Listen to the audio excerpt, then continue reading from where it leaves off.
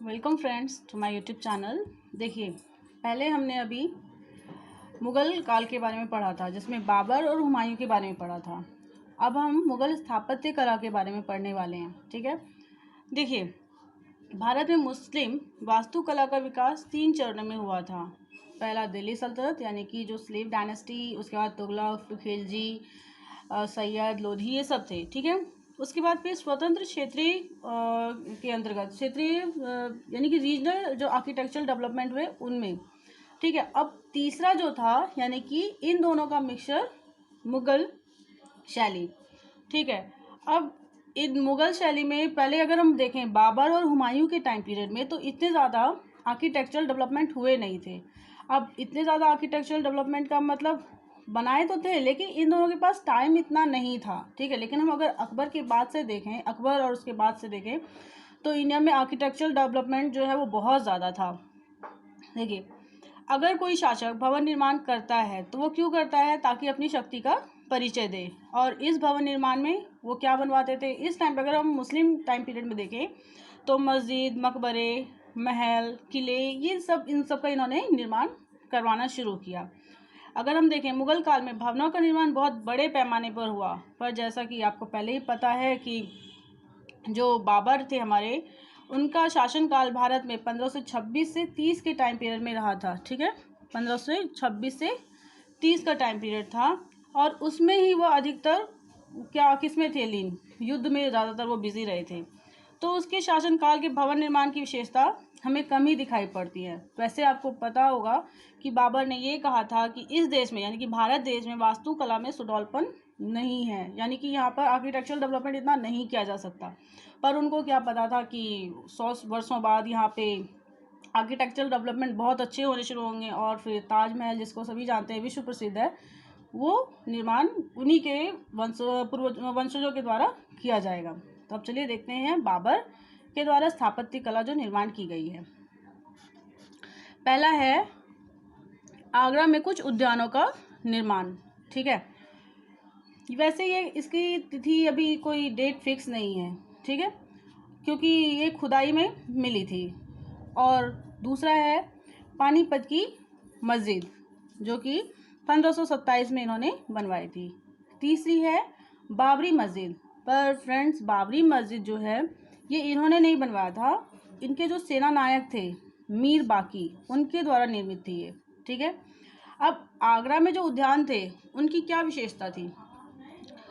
आगरा की विशेषता, जो आगरा के जो उद्यान थे, पार्क्स जो थे, गार्डन्स जो कहा जाता है, उनकी विशेषता यह थी कि ये ज्यामितीय पूर्ण आकार लिए हुए थी।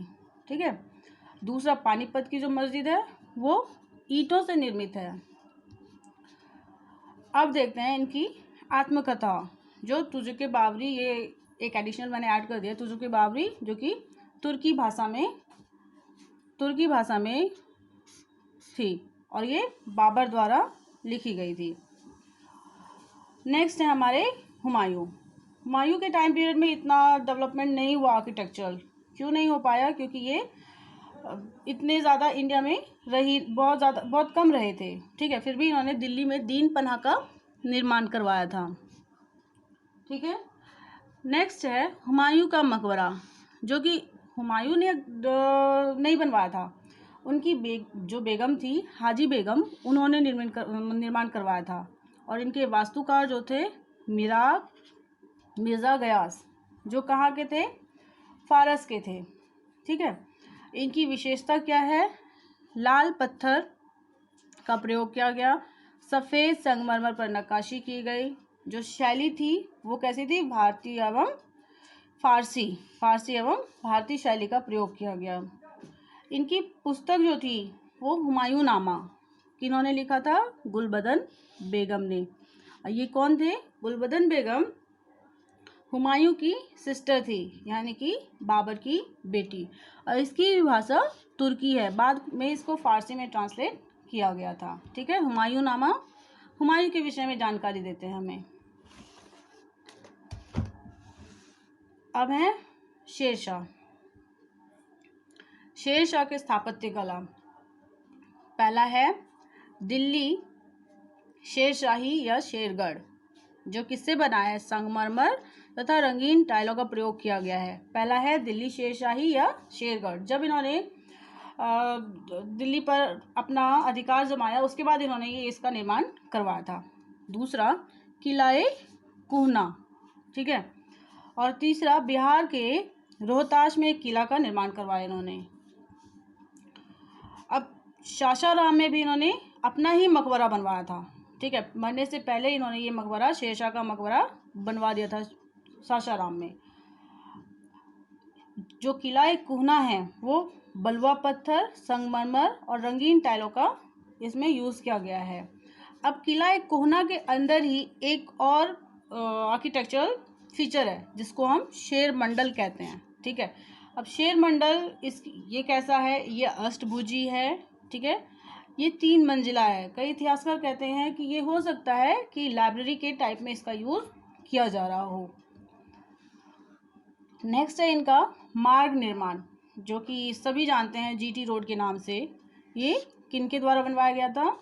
हमारे शेरशाह सूरी के द्वारा।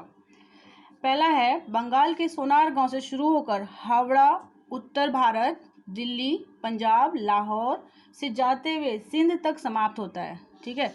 वैसे अगर हम देखें इसका आउट ऑफ इंडिया से तो ये पश्चिम बंगाल के चट्टगांव से शुरू होता है, और भारत में अगर हम देखें इसका एंडिंग पॉइंट तो पंजाब के अमृतसर में इसको हम एंडिंग पॉइंट कहते हैं, ठीक है। दूसरा है आगरा से मांडू तक। तीसरा आगरा से जोधपुर होते हुए चित्तौड़ तक।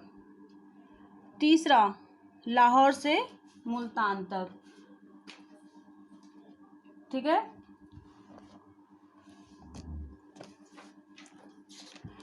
अब इसी बेस पे हम कुछ एमसीक्यू करते हैं। आप ये जो सड़कें थी फ्रेंड, ये कई बार पूछ लेते हैं कि ये सड़कें कहाँ से कहाँ तक है। आपको ये बंगाल का, इंडिया में अगर पूछा जाता है तो बंगाल के सोनार गांव से शुरू होकर हावड़ा, उत्तर प्रदेश। भारत में अगर पूछा जाता है तो बंगाल से सोनार गांव से शुरू होकर पंजाब के अमृतसर। और वैसे अगर कहाँ से शुरू ही हुआ है तो बांग्लादेश के चट्टगांव से शुरू हुआ है, ठीक है। ये आपको ध्यान रखना है। और लास्ट में कहाँ पे समाप्त होता है? सिंध तक ये समाप्त होता है। अब चलिए इसी बेस पर कुछ एमसीक्यूज कर लेते हैं। पहला, फर्स्ट, मुगल एम्परर वर, मुगल शासक थे, कौन थे? ईरानी, अफगानी, चगतई तुर्क या उपरोक्त में से कोई नहीं, नन ऑफ द अबव। तो ये कौन थे? आपको पता होगा, चगतई तुर्क। इन विच वॉर डिड बाबर डिक्लेयर जिहाद? किस युद्ध में बाबर ने जिहाद की घोषणा की थी? पानीपत का युद्ध, खानवा का युद्ध, चंदेरी का युद्ध, उपरोक्त में से कोई नहीं। तो इसका आंसर है खानवा का, बैटल ऑफ खानवा। नेक्स्ट है, दिख रहा है, between whom did the first battle of Panipat take place? Panipat का प्रथम युद्ध किसके मध्य हुआ था? Babur and Rana Sanga, Hemu and Mughal, Humayun and Sher Khan, Babur and Ibrahim Lodi. तो ये तो बहुत इजी है, इसका आंसर है Babur and Ibrahim Lodi. When did, fourth question, when did Babur first assume the title of Padshah? Babur ने पादशाह की उपाधि कब धारण की? 1504, 1504, 1507, 1527, 1528। तो इसका राइट आंसर है 1507।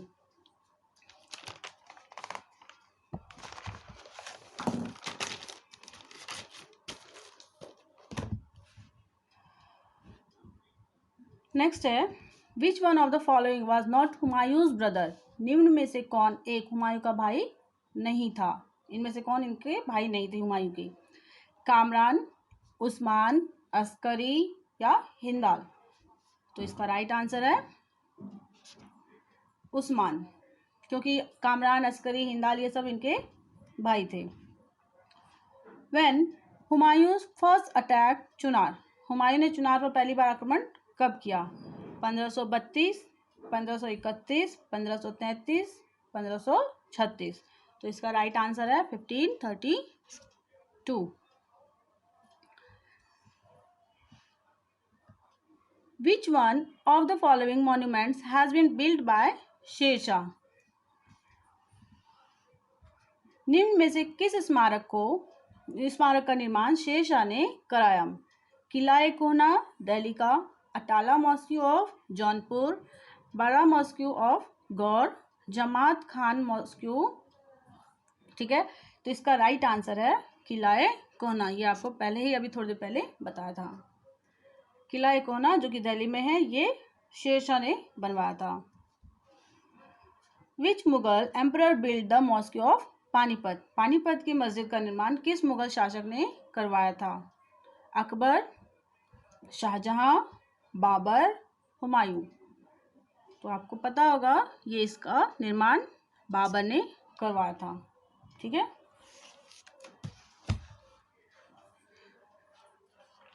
इन which language did Babur write his autobiography called Tuzuk-e Baburi? Babur ने अपनी आत्मकथा तुजुके बाबरी किस भाषा में लिखा था? पर्शियन, अरबिक, उर्दू, तुर्की। तो इसका राइट आंसर है Turkish language. Number 10, person who invited Babur to invade India was were? Babur को भारत पर आक्रमण करने के लिए, अटैक करने के लिए किसने निमंत्रण दिया था, किसने आमंत्रित किया था? तो फर्स्ट हैं दौलत खान लोधी, दूसरे हैं महमूद लोधी, तीसरे हैं भारमल, चौथे हैं राणा सांगा और पांचवें हैं आलम खान लोधी। अब इनमें से कौन है? ए है first, second, third, B first, third, fourth, C first, fourth, fifth, D third, fourth, fifth. तो इसका राइट आंसर है फर्स्ट, फोर्थ, फिफ्थ, यानी कि दौलत खान लोधी, फिर राणा सांगा, फिर आलम खान लोधी, यानी कि सी इसका राइट आंसर होगा।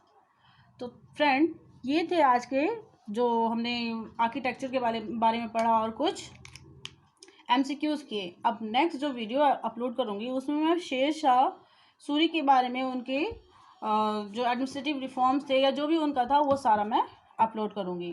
तो थैंक यू। यह था आज का वीडियो, और अच्छा लगा हो तो प्लीज़ लाइक एंड सब्सक्राइब करें। Thank you.